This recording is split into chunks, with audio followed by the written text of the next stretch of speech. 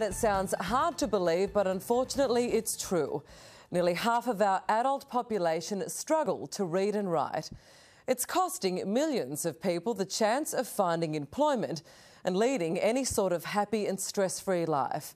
As we're about to see, some parents are even suing schools for failing to teach their children basic literacy skills. Jackie Quist reports on what's being dubbed Australia's hidden epidemic. Behind the gates of our elite schools lies the promise of a top-notch education.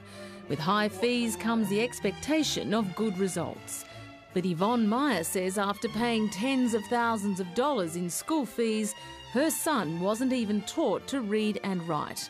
Yvonne discovered to her horror her grade 5 son was barely literate. The thing about my son was that because he was fairly bright and because he was a nice, pleasant, quiet child, the teachers thought he was fine. He wasn't. Like so many Australians, he could hardly read. Sour cream jam, I think. Spring rolls. Samoan. For 38-year-old Susan Sales, the simple task of deciding what's for lunch is a huge battle. Vegetarian. I'm not sure that works. Susan is functionally illiterate. That means this 38-year-old has barely enough reading and writing skills to cope with everyday life. Yeah, bluff your way through, I guess.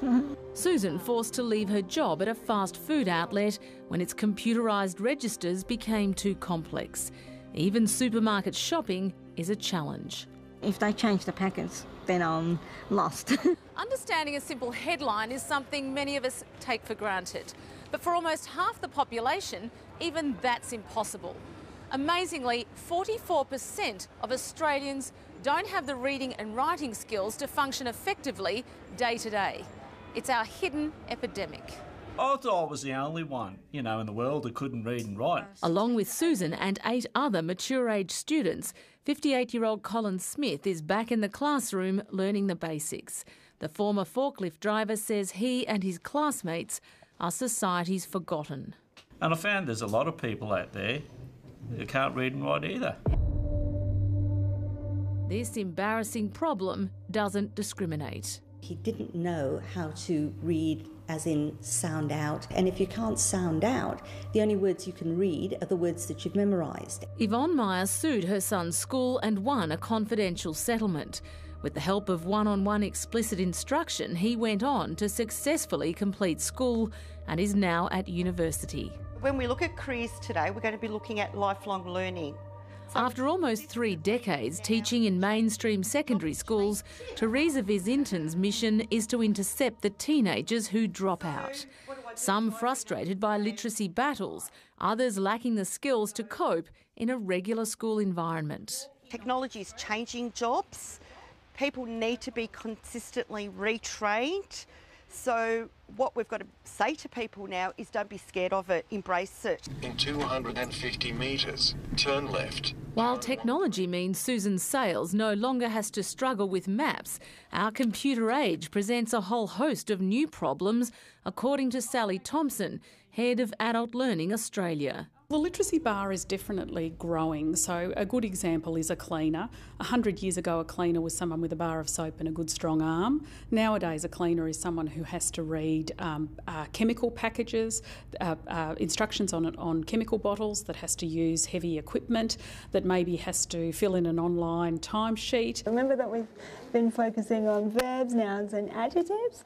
It's 22 years since Susan last set foot in a classroom, but simply being in this adult literacy class is liberating.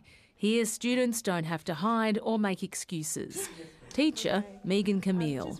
We've had some really good outcomes. I have a gentleman now who's been through this program and is now doing his Masters in youth work, and he's amazing. I remember in grade 5 I was taken into a little room with a teacher and to do a spelling test, and I couldn't get past grade 3, and she just sat there and laughed at me. Unfortunately, Mick Goss's story is a familiar one. For years, Mick was illiterate, the turning point coming at age 40. When I became a dad, and they encouraged to read to your young child. The single dad, proof you're never too old to learn. His mission now to assist others and to lift the illiteracy stigma. Mick's greatest achievement, helping son Bailey. I'm now going to help him with a lot more confidence with his homework and everyday living. I'm not sure which one I should use because I can't read the labels. Susan Sales is determined to become literate and to forge a career in aged care. They say life begins at 40. Well, maybe it's a chance for me.